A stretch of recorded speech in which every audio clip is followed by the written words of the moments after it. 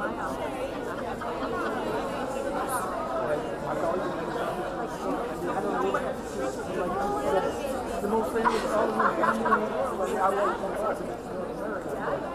they never tasted it, and they had actually have a piece. Ah, is that right? I don't know. Thanks.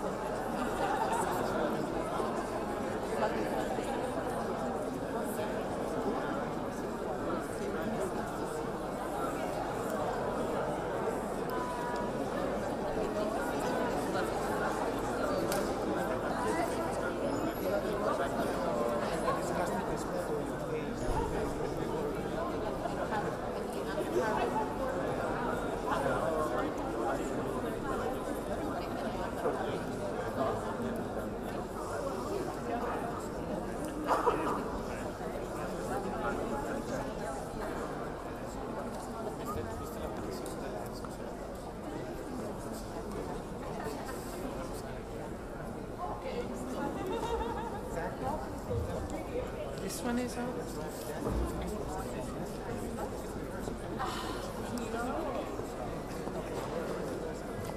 So we shall get to start with our program. We have a very packed program and some very distinguished and inspiring guests with us today. So we want to keep the words of formality from UNHCR rather short and leave the space open for our guests who have a much more lived experience of statelessness than any of us can speak to. It does, however, befall me, as protocol requires, to welcome all of our distinguished guests, distinguished permanent representatives, colleagues from other UN organizations, and our own UNHCR colleagues who have come out from behind their desks to join us here for today's event.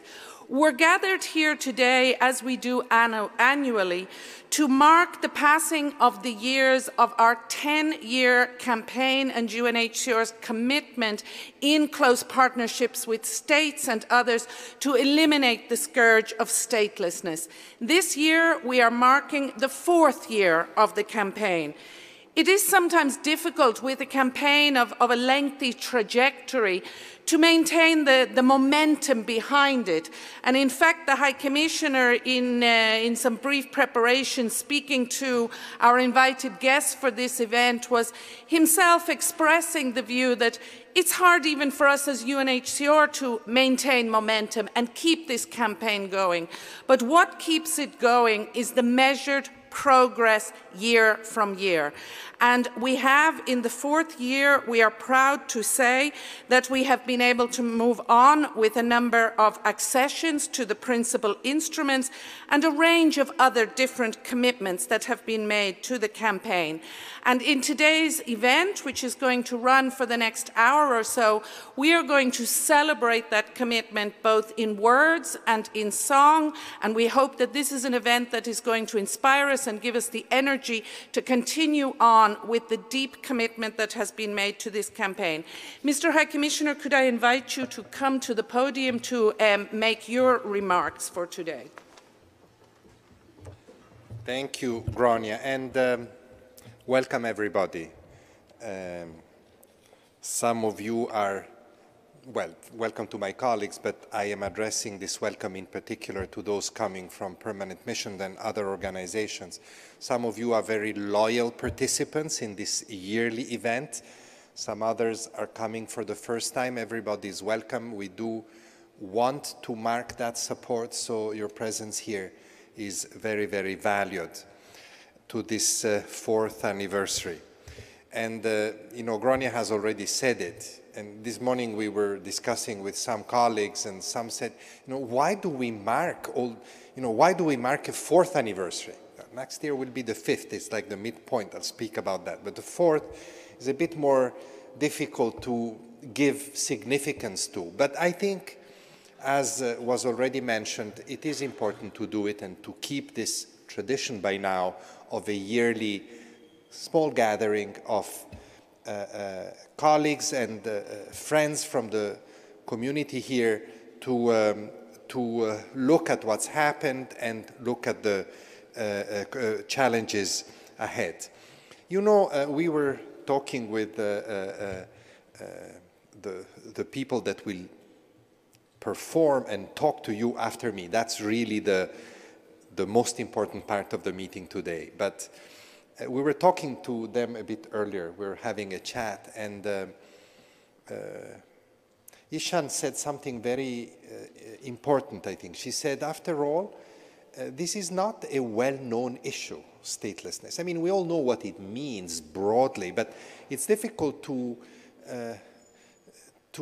think in concrete terms about it. We all know what a refugee is. Even if we have not been a refugee, or even if we have not seen a refugee, but we know what a refugee is. What do we know about statelessness? It's a much more complicated state of being to relate to. And I think that that's why I think that their testimony will be so important, to bring this down to reality, to make us all feel that stateless people, women, men, children, that are affected by a very serious problem that has an impact on their lives. I think that we need to think much more, and I include, when I say we in UNHCR, we in the organization that is mandated with catalyzing efforts to reduce and eliminate statelessness. We need to define better that impact on people.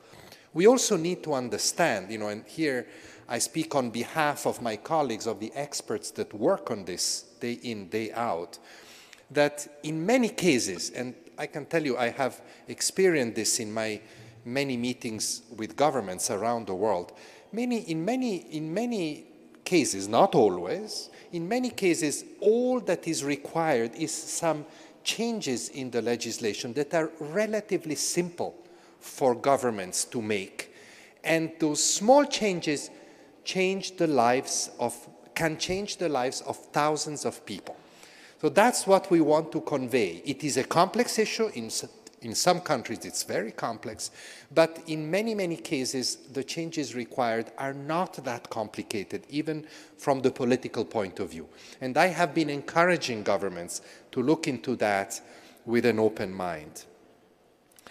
It is therefore this 4th anniversary, like the anniversaries before and the ones that will follow, an opportunity to really reiterate that citizenship, which is the opposite of statelessness somehow, citizenship is really not only important per se, it's the institutional recognition of belonging, which is a universal aspiration, but it is also the key, the entry point to a whole set of other rights.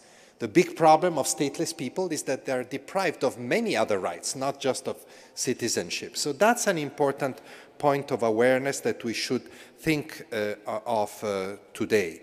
And also statelessness is connected many times to many other discriminations and exclusions.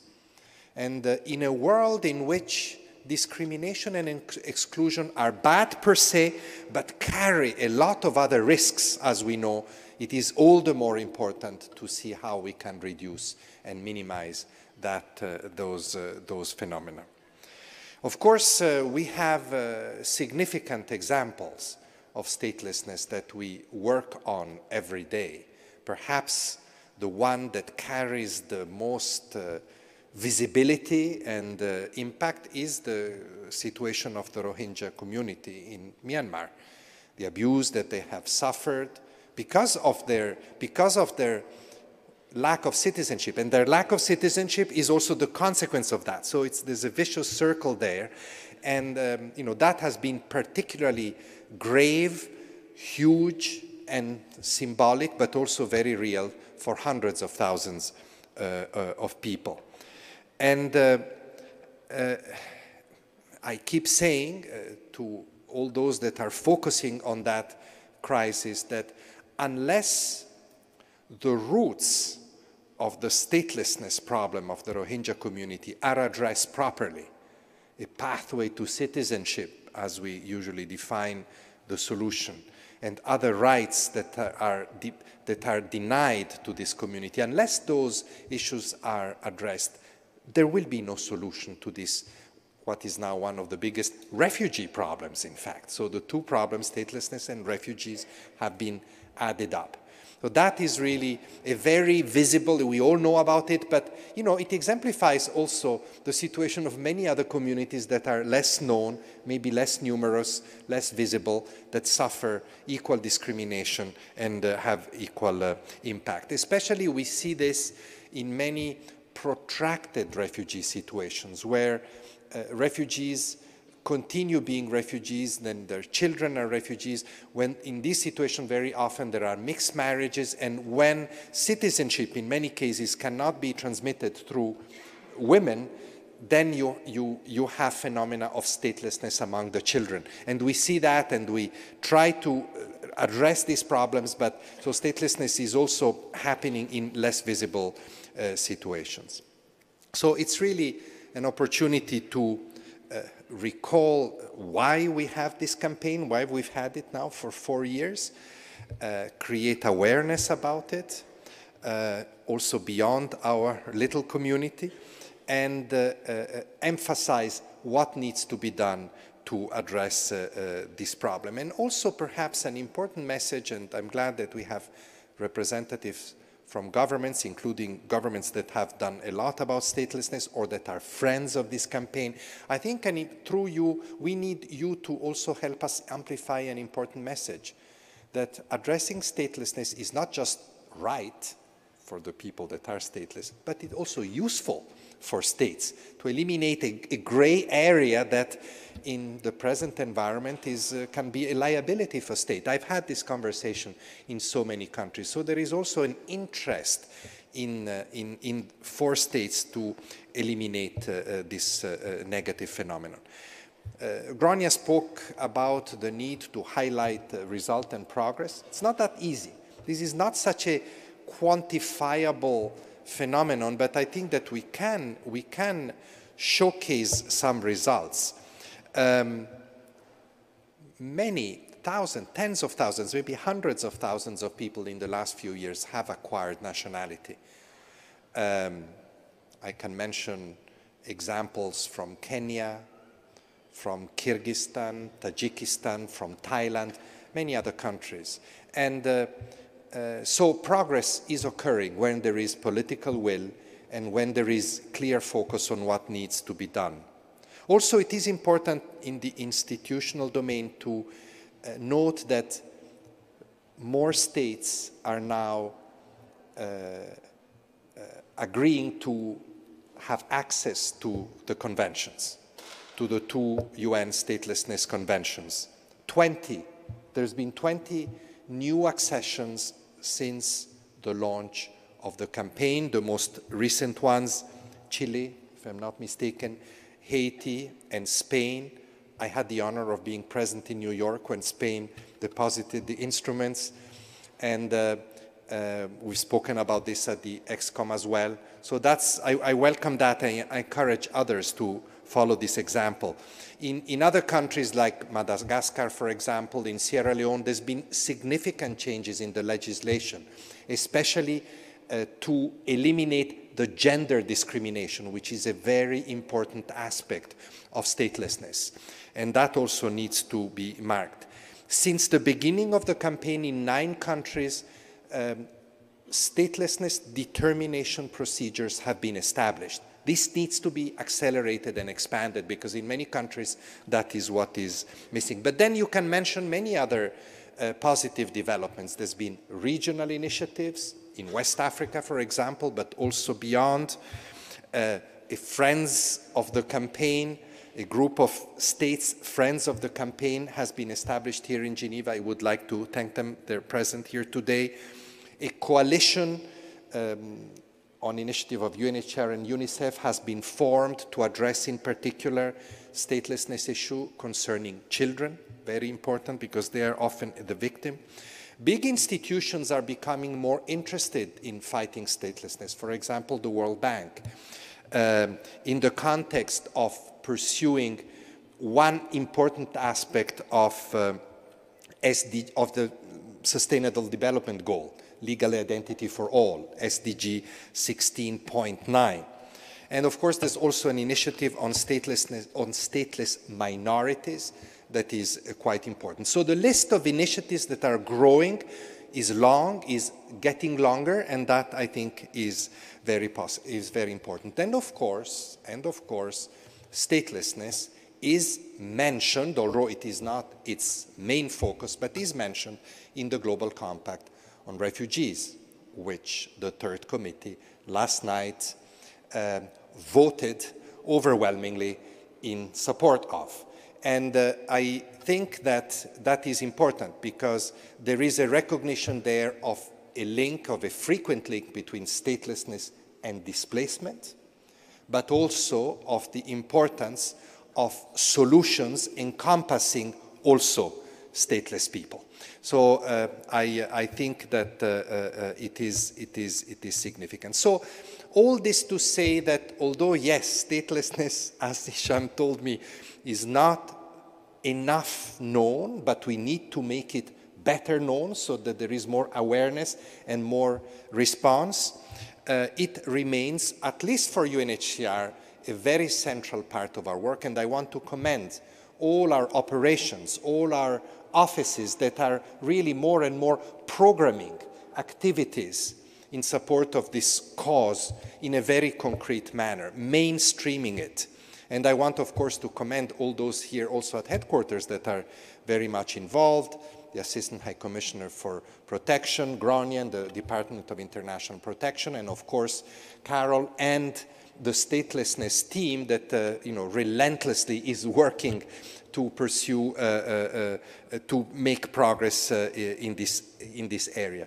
I think some of you were present in the margins of the Executive Committee of ExCom just a few weeks ago when a woman called Maha Mamo was given citizenship officially by the Brazilian state, and Ambassador is here, I want to thank you. But also I want to say that for those who were present, was a very moving moment.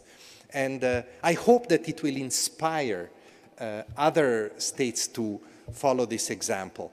And really to, once again, let me say it, relate this problem that sometimes sounds a bit abstract with real people, real situations. I say this also, and I conclude, I say this as we move towards next year. Next year will be important, will be the midpoint of the campaign. The campaign was launched in 2014, so it will be 5 years. As most of you will know, we have decided to mark this midpoint with a high-level event, which will happen within the Executive Committee week. I would like to encourage states to participate at high level and to encourage other states to do the same. It will be very important to take stock of where we are and to give, to stimulate more action in the second half of the campaign. There will be a possibility, exceptionally during that meeting, I don't know, during that week or during that meeting, for states to deposit accession instruments to the two conventions. So we hope that some of you will some of the states will take advantage of that. And I hope that really this event and leading up to next year's big event in which we will invest a lot of energy will really be opportunities for us to redouble efforts towards addressing this complex, difficult, often dramatic, but solvable phenomenon of statelessness. Thank you all. More details will be provided in the course of this event. Thank you for coming, and I wish you courage and strength in the period ahead in pursuing our goals. Thank you.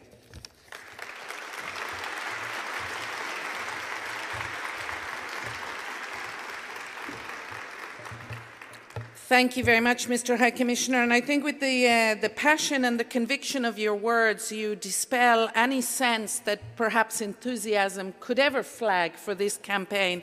You set a high benchmark, which I think is representative of the thoughts and feelings of the rank and file of UNHCR staff and all the partners that have come together in coalition around this campaign.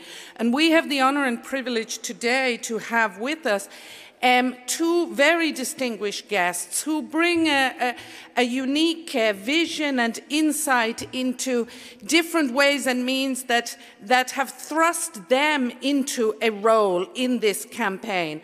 And the first of our guests, I'm going to introduce her briefly because then we are going to have the privilege of hearing her sing. And the first of our guests is Ishan, who sits here. I remarked to her when I saw her this morning, and I hope she won't mind me saying this in front of the assembled audience, that she really is a veritable ray of sunshine in a very grey Geneva day. And when you hear her voice, I think you will also be more convinced of the sunshine that she brings to this campaign. She is a popular and well-loved young musician from Ghana.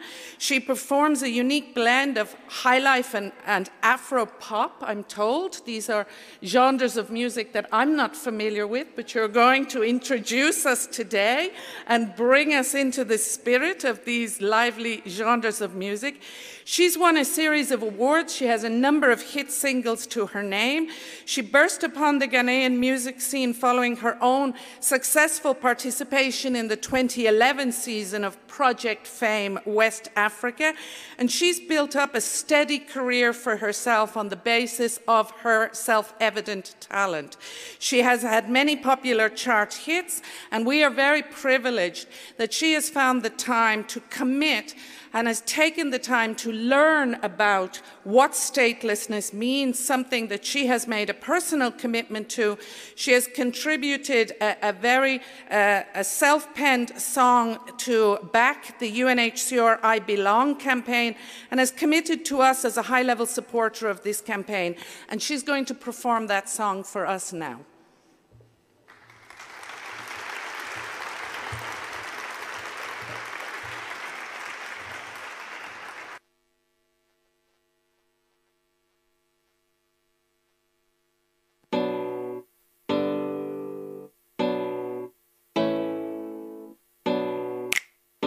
2.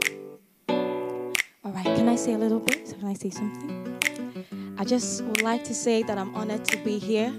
I'm a breast cancer advocate, and so back in Ghana, when you talk about breast cancer or benefits of drinking more water, people are interested to know about it. They want to join in to help. Oh, how can I help? But when I was told about statelessness, I was like, what is that? So many people don't know about it. And we all know the power of music. I am powerful because I am a musician. And so, yes, I did this song so that we push the agenda of having people know about statelessness. To a stateless person, we as people become their feet because they don't exist. So we walk for them. We become their voice. So we speak for them. We become their song. And so I am, as a musician, will sing about it. You know, so to a person that would speak compared to a person that would sing, I think people will listen more to a musician.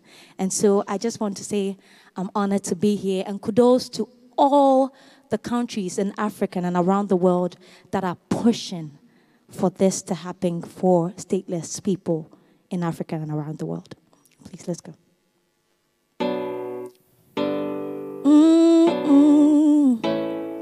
Yeah.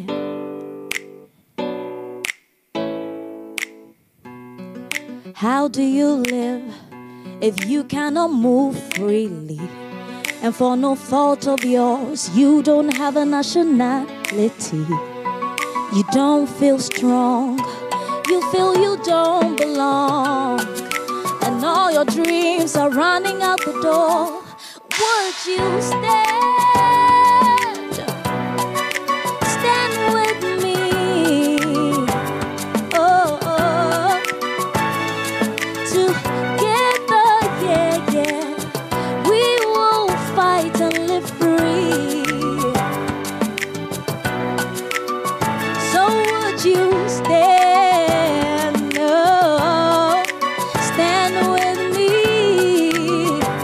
Stand with UNHCR. Together, yeah, yeah. We will fight and live free. So see me as a stateless person. I wanna be a doctor, I wanna go to school, but no education or job for me. No health care, I can't even travel and see. The government got laws to change, and the people, we can spread the news. And day by day, tomorrow will feel brand new for me. Cause I don't feel strong, I feel like I don't belong. And all my dreams are running out the door. Would you stand? Stand with me. Stand with me. Together, yeah, yeah. We will fight and live free. Wanna sing it again? So would you stand?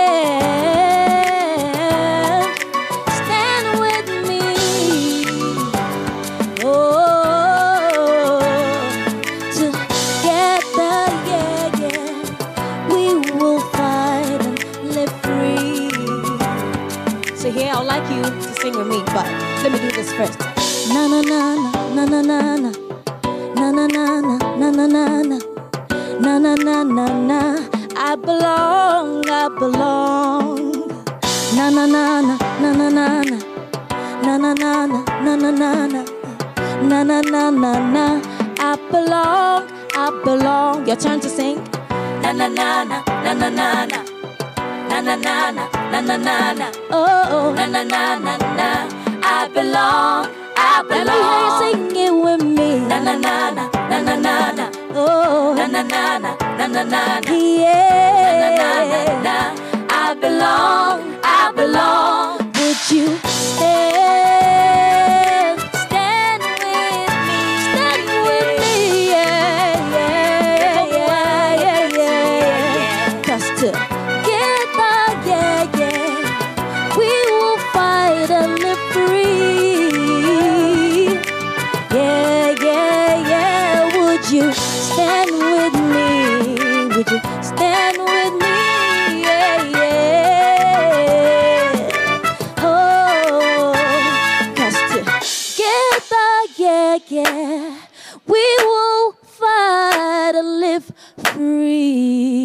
2024. Thank you.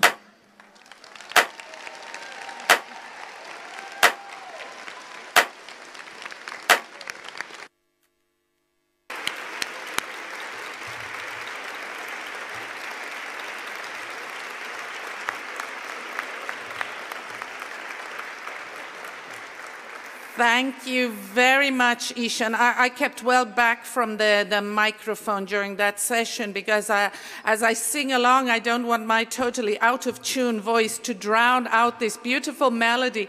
Thank you so much for bringing that message to us in song. You got, I think, some feet tapping and some people singing along with you, so you've brought some energy to this campaign. We're going to have a slight change of pace now, and we're going to hear from a more soft-spoken but no less powerful voice. I'm going to take a seat over here because we're going to have a very brief conversation with the second of our invited guests. Artee, who you see sitting here, is herself a person who has very recently left behind the scourge of statelessness and acquired the citizenship of Thailand. And she is using her passport for the very first time ever in her life to come visit us here in Geneva.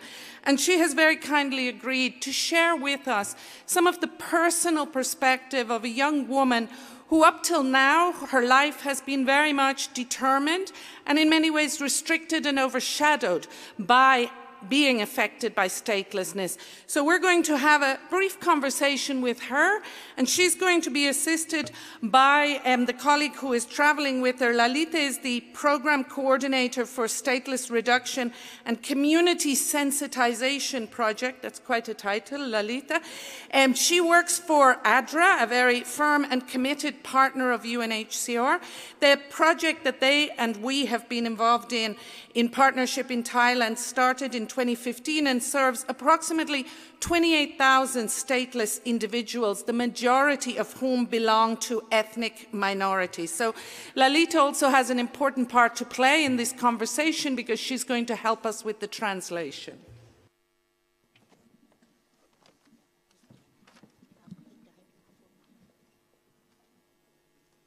So, Artee, for the second time, I have the opportunity to welcome you to UNHCR. After the brief conversation we had in my office yesterday, and I was humbled by some of the personal comments you were willing to share with me, and I invite you now, in the presence of this distinguished audience, all people who are committed to the campaign to eradicate statelessness, to share those same experiences with them.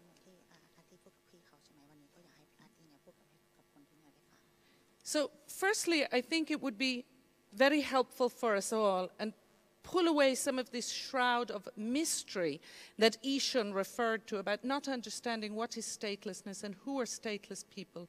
If you could tell us a little bit about how it was that you became stateless.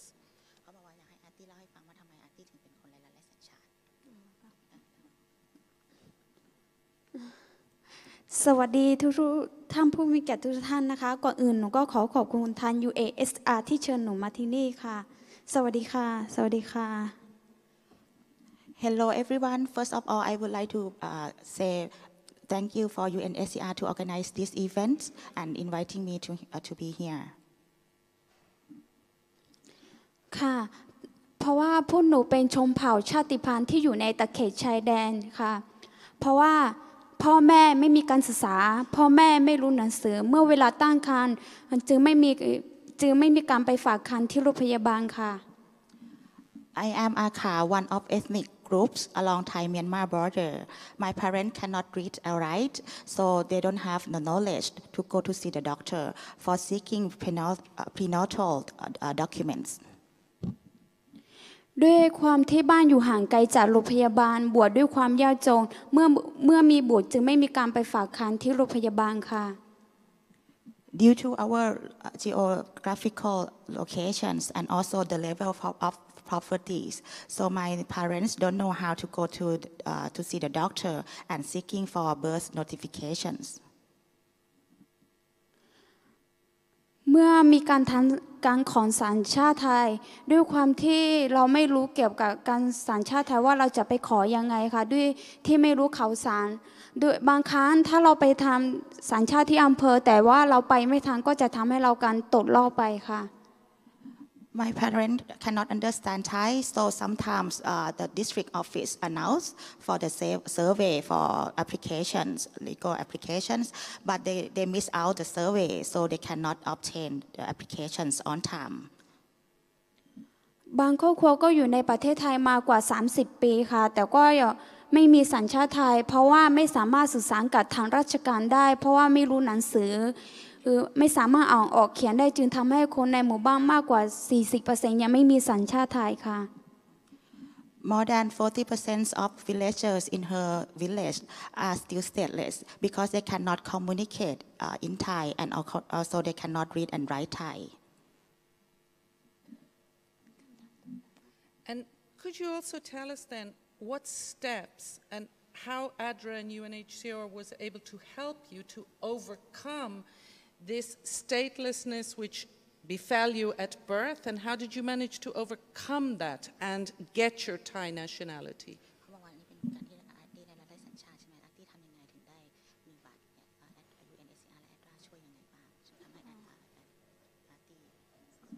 การ ได้สัญชาติไทยของหนูเริ่มต้นที่องค์กร UNHCR แล้วก็ ADRA ค่ะที่มาอบรมให้ความรู้เกี่ยวกับที่โรงเรียนบ้านห้วยพึ่งค่ะ It started when UNHCR conduct educational sections at her school. แล้วหนูก็ได้รู้กฎหมายใหม่ว่ามีม.จิตวิทย์ค่ะเพื่อทำการขอสัญชาติไทยได้เร็วกว่า She learned from the 2008 law reform that she eligible to apply for Thai nationality. หลังจากนั้นหนูก็ได้ร่วมมือกับทาง UNHCR แล้วก็ ADRA เพื่อทำการถ่ายวิดีโอแล้วขอสัญชาติไทยที่อำเภอค่ะ Then together with UNHCR and ADRA, she compiled her application and submit to district office. And also she got a chance to film her story with the UNHCR, like I think advocacy video.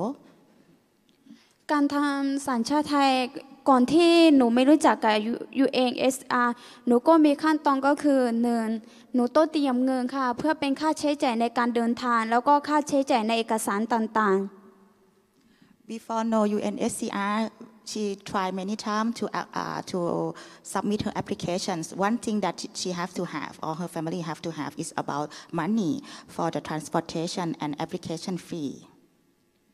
บางครั้งค่าใช้จ่ายในการเดินทางมากกว่ารายได้ที่พ่อแม่หนูได้ค่ะ The transportation fee sometimes is more than they can earn. จึงทำให้แม่หนูต้องหาวิธีทางเพื่อที่จะได้สัญชาติไทยแม่หนูก็เลยไปกู้เงินอย่างเป็นหนี้เป็นสิน Her mom try the best to find the money, and sometimes it's turned to be a debt because her mom have to borrow money from neighbors. นี่ไม่ใช่เพียงครอบครัวหนูครอบครัวเดียวนะคะแต่ยังมีหลายๆครอบครัวในประเทศไทยที่ยังเป็นเหมือนหนูค่ะ It's not just only her family alone, but it also represents many families in Thailand too. Thank you very much, Artee, for sharing with us that very personal experience. I think that all of the audience would join me in acknowledging that, proud as we are, both UNHCR and ADRA, for having been able to provide practical assistance to you and your family. The fact that you're sitting with us here today, the proud owner of a Thai passport that has now opened up new opportunities for you, is a result of your personal determination and the willingness of the Thai state to offer a solution to the situation you and your family found yourself in.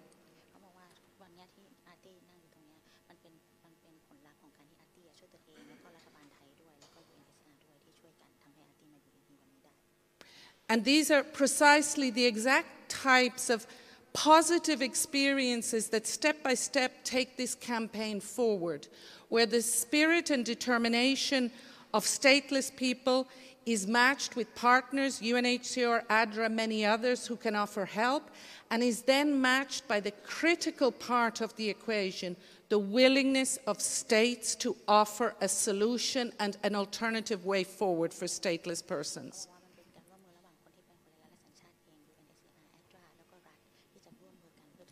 Now, for us, it's been a privilege to have Artee here, and I regret that the time is so short only to hear this small part of her story, but she will be around the UNHCR office, and I encourage those of you that have the time to approach her and speak to her, because she has a lot more to say. It's an honor for us to have her here, but I know this is not the high point of her visit to Geneva. Her dream, and one of the things she told me yesterday that she's so excited to have the passport for and to be able to travel, her dream this week is not to see us, but is to see snow. So I hope that she will manage in the days left to her here on this brief visit to Geneva to achieve that. Now, moving on, because our schedule is short and we have another distinguished guest to hear from, could I ask you to give, as you did so generously to Ishan, can we have also a round of applause for Artee for her generosity in sharing her story. Now, another of the critical partners in this complex equation and formula of finding solutions to statelessness are parliamentarians. So I want to take a moment now as part of our program to take note of the fact that we are issuing today, in partnership with the Inter-Parliamentary Union, a new publication on good practices in nationality laws for the prevention and reduction of statelessness. This is a very practical tool brought about by a partnership with parliamentarians, and parliamentarians, of course, have a unique role to play in pushing forward the legislative agenda at national level to introduce the type of legislation which, when matched with good political will, can offer an array of alternatives to stateless persons to leave that status behind them and to move forward to their full potential. So I just wanted to bring attention to the fact that, I beg your pardon, High Commissioner, I did that to make sure you were still paying attention to me and my words of wisdom. I beg your pardon for the interruption. Actually, I have my phone in my hand to encourage me to be a better timekeeper, which I think I have not shown such expertise at today, but let us proceed swiftly to the next part of our agenda. The work of parliamentarians is very much linked to the commitments that states are willing to make. And as the High Commissioner said in his opening remarks, we had also at ExCom not so long ago the experience of being able to greet and have amongst our ranks another previously stateless person who was proud and honored during the course of ExCom to receive her Brazilian nationality.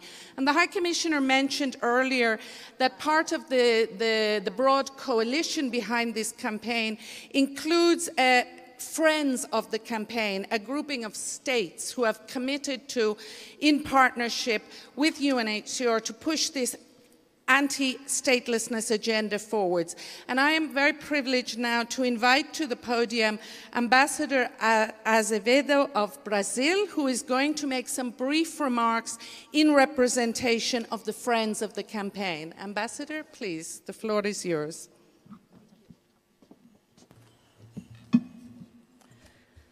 Yeah, thank you, Ronnie. Thank you, High Commissioner, for inviting me to represent the group of friends. Let me say on a personal note first that I'm very happy, very honored to be here today to celebrate with you the 4th anniversary of the I Belong global campaign to end statelessness. The High Commissioner mentioned why are we celebrating the 4th anniversary? The 5th is next year. Why don't we celebrate the midpoint? I have a personal answer for you. in the case of Brazil, we have a lot to celebrate, and this has been mentioned here before, because we have, in the last year, eliminated 2 persons, stateless persons. I mean, it came out wrong. We did not eliminate the persons. We eliminated the stateless state of those 2 persons. This is better. So we are very proud of granting the Brazilian citizenship to 2 stateless persons. And I have to say that when I experienced that moment during the EXCOM, I really understood what it is a person that does not have a citizenship, a stateless person. Because I was used to reading papers, participating in meetings, talking about statelessness and this statelessness, etc. But it never touched me the way it touched the day that we granted that nationality to Mahamamo. She was the first person to have been granted the Brazilian citizenship under the new law that we have established, the Brazilian statelessness determination procedure. So it was a very special moment. I felt like I was giving birth to a person, not to a baby, to a person. Because that baby was born already knowing that, you know, her whole life was before her at that moment. So it was wonderful. So we have a lot to celebrate. And on behalf of Brazil, I think the moment was so emotional, so important, that we would like other people to relive the same experience that we did.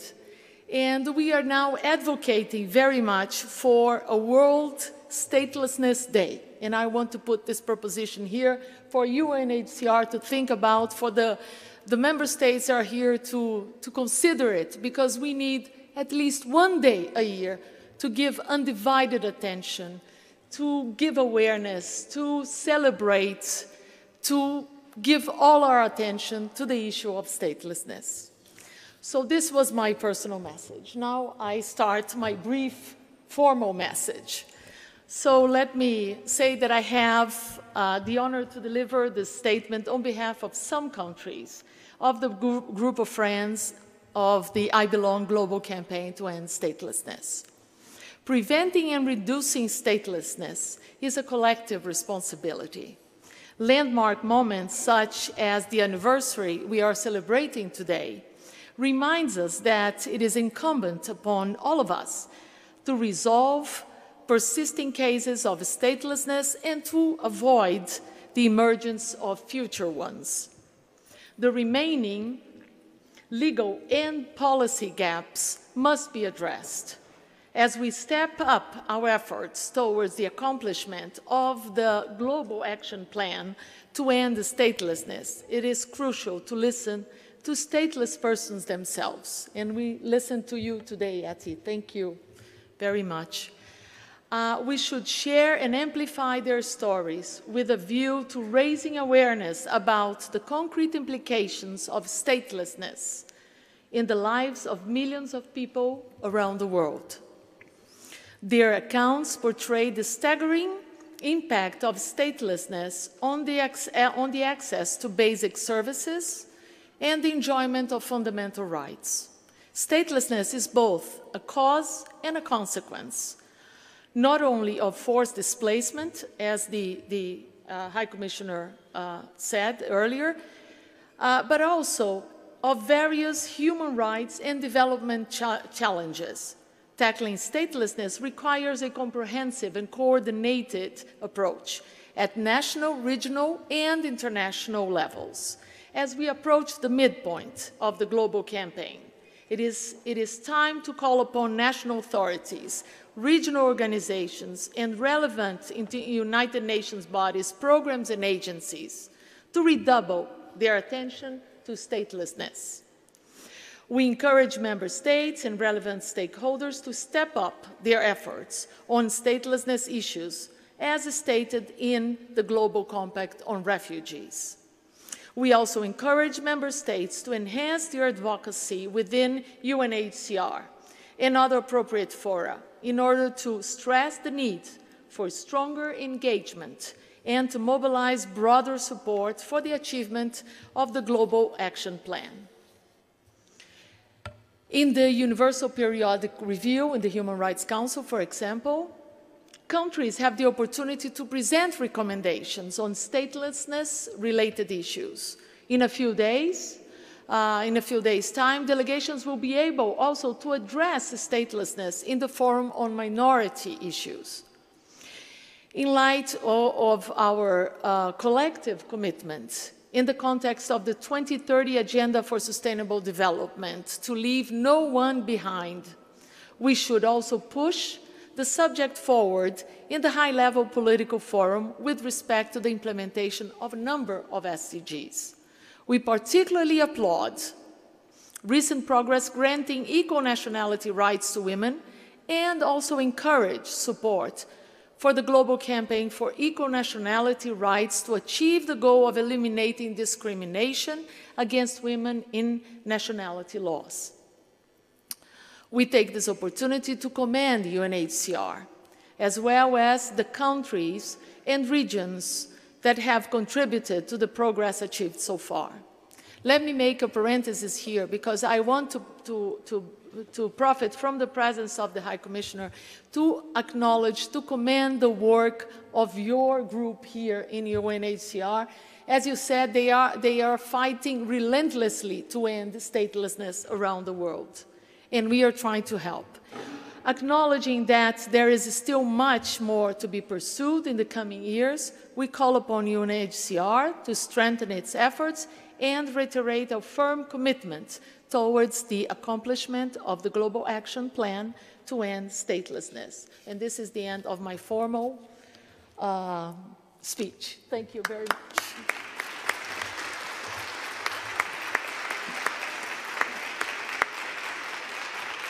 Thank you very much, Ambassador. And we, on our part as UNHCR, would like equally to acknowledge the critical role that is played by this group of friends. It's another component that helps us all to maintain the momentum and the passion that this campaign deserves. Now, before we move to our closing part, which tests all of our knowledge about statelessness, I'm going to give the floor back to Artee. She called my attention to the fact that she has traveled far to be here with us, and having shared with us two periods of her life, the early period of her life where she explained to us briefly how she came to have the misfortune through no fault of her own or of her family's of becoming stateless, I beg your pardon, and then the efforts overtaken with the help of others to come out of this status and become a citizen.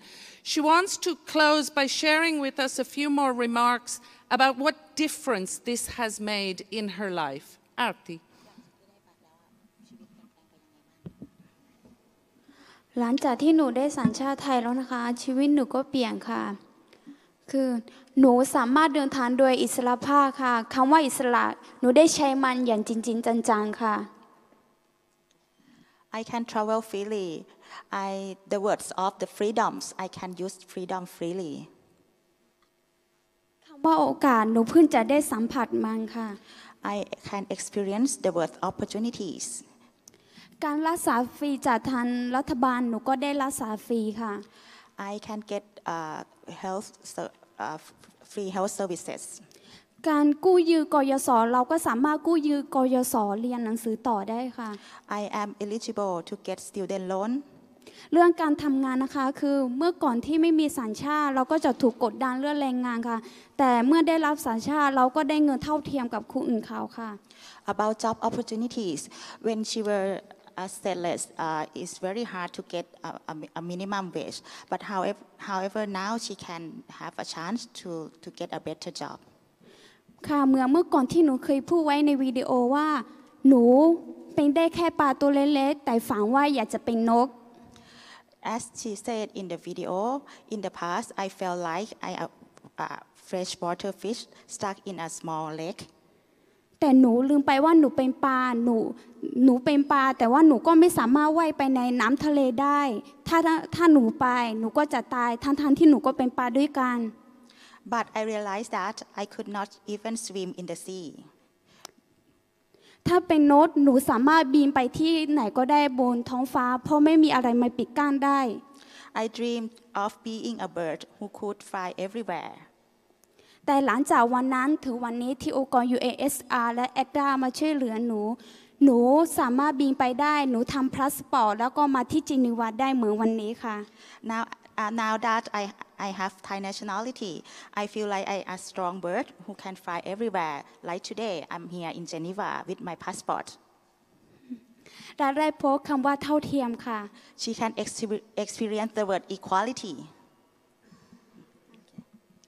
Artee?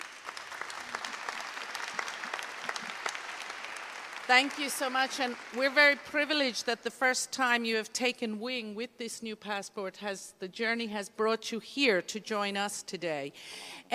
We're going to finish up with another song. We're going to leave on a high note, but one small intermission before then.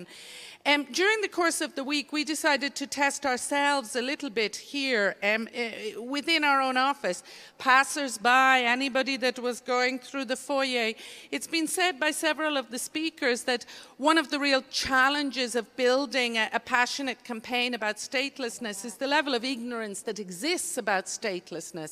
And this is something that we've experienced within UNHCR itself. It's also referred to as our second mandate or our lesser-known mandate or our quieter mandate, and we believe we've made very strong and fruitful efforts in recent years, as is exemplified by the campaign and the resources and passion we're putting behind the issue of statelessness, that it is now enjoying an equality of respect within UNHCR. But we thought we'd give a little test and see who knew what. I didn't take this test. I was too afraid to take it in case I would be shown up as not knowing all the answers. So we posed some questions to our colleagues, and I'm going to read these questions to you now, and by a show of hands, I'm going to ask you what you think is true or false. And I'm going to ask Artee to help me with that, because there was very few people that got the answer right, that we're able to articulate with the legal references that exemplify her lived experience. So I'm going to ask her to be the one to help me identify who knew most about statelessness. So bear with me, by a brief show of hands. UNHCR's statelessness mandate comes from the 1954 Convention on the Status of Stateless Persons, a question penned, no doubt, by one of my legal colleagues in the Division of International Protection. We're passionate about laws. Hands up who think this statement is true. Come on, be bold. There'll be no punishment. Who thinks this statement is true? This is a false statement. Our mandate comes from a series of GA resolutions, so the importance of the GA there, as much as laws. Let's try another one, and this one, I want to see a good show of correct answers, because if you were paying attention, the High Commissioner mentioned this earlier in his remarks. So, there have been more than 19 state accessions to the UN Stateless Conventions since the campaign was launched in 2014. You think this is true? It's absolutely true. Definitely more than 19 accessions, 20 accessions, and the High Commissioner mentioned some of them, including his personal satisfaction to have been present when Spain deposited their documents in New York. So definitely more than 19, 20. And one of the reasons we do commemorate year by year is to keep this clock running and to keep the pressure on for more accessions. So next year, bear in mind that it will be definitely more than 20. We'll have moved on. The Global Trends report counts some 10 million stateless persons globally. True or false? Who thinks this is true? It's actually false. Our Global Trends, and there's a point behind this, our Global Trends report only manages to capture credibly 3.9 million stateless persons in 75 states. But there's a point to this question, because we all believe that the figure is much higher than that. And this is one of the things that the campaign needs to tap in on in partnership with states. We have to be able to quantify the scale of the problem in order to be able to devise responses which are commensurate to the scale of the problem. Only 2 more questions to go, bear with me. In October 2019, there will be a high-level event on statelessness during the Executive Committee, where we will be encouraging states in a very vigorous manner to make pledges. This is true? Absolutely, and we have with us today, standing on the sidelines there, Carol, who is the Special Advisor to the High Commissioner and who is working very hard on ensuring that this event is going to be a collective success in marking a quantum leap forward in progress in the campaign. And last but not least, before we reveal who got all these answers right, most stateless persons are not forcibly displaced. Do you believe this to be true? Although statelessness can be a cause of forced displacement, most of the world's stateless persons are found in the countries, like the experience, the personal lived experience we've heard this morning from this young woman. They live and continue to live in the countries in which they were born and to which they want to make a full contribution, realizing their full potential. And this should be the motivation for all of us as to why we want to see an end to this scourge of statelessness. It benefits the individual and it benefits the states they live in. It's a win-win situation. And the person that won is, find me a name.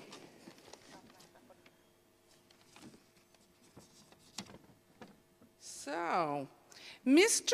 Zaid Ayubi was the person amongst the ranks of our colleagues who got this right. He may not actually be present with us here in the moment, but he will receive a prize, and that prize will be a copy of a very nice book of photographs of stateless persons around the world. So a round of applause for him and for everyone who ventured to answer the quiz.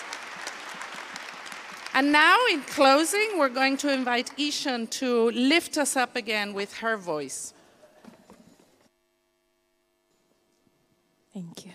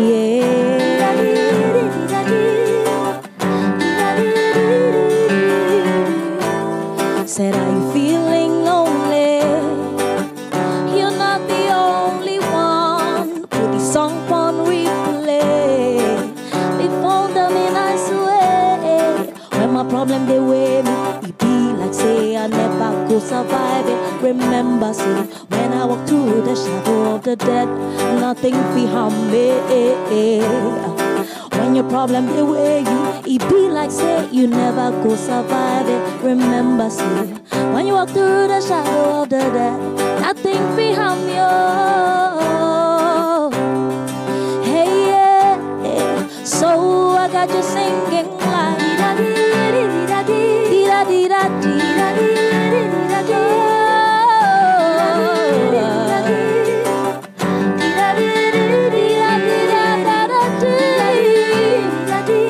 all the way up here.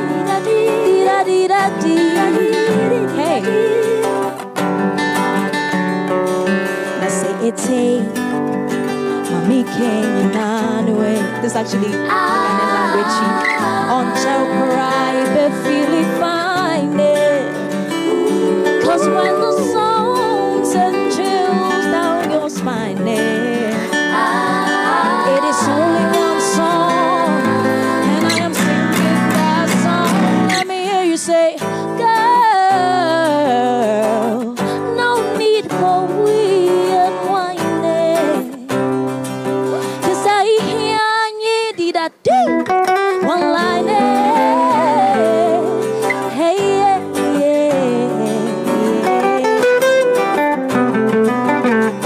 so I got you singing like, got you singing like, say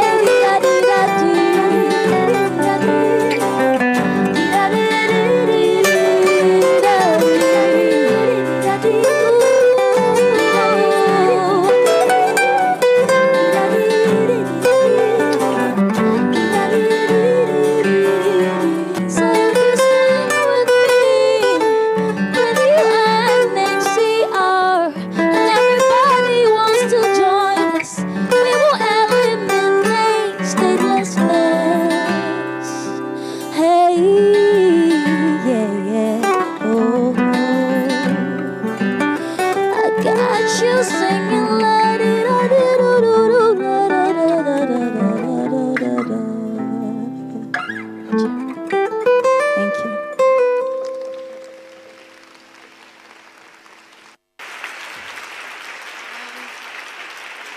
That marks the end of our program. Thank you for your participation here today. Thanks for the warmth of your welcome in joining us in warmly welcoming our distinguished guests to the building here. And we will be seeing you throughout the course of the year to come, and we will reconvene to mark the 5th year of the campaign with, as was referred to, the high-level event, which will mark quite a step forward in progress. Thank you very much for having joined us here today.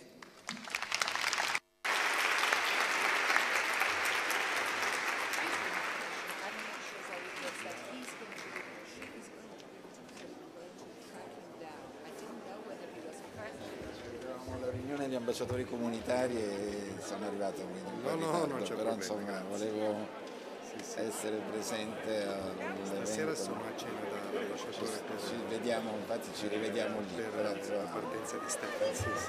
E è arrivato ieri, ho girato a Lombardo l'invito per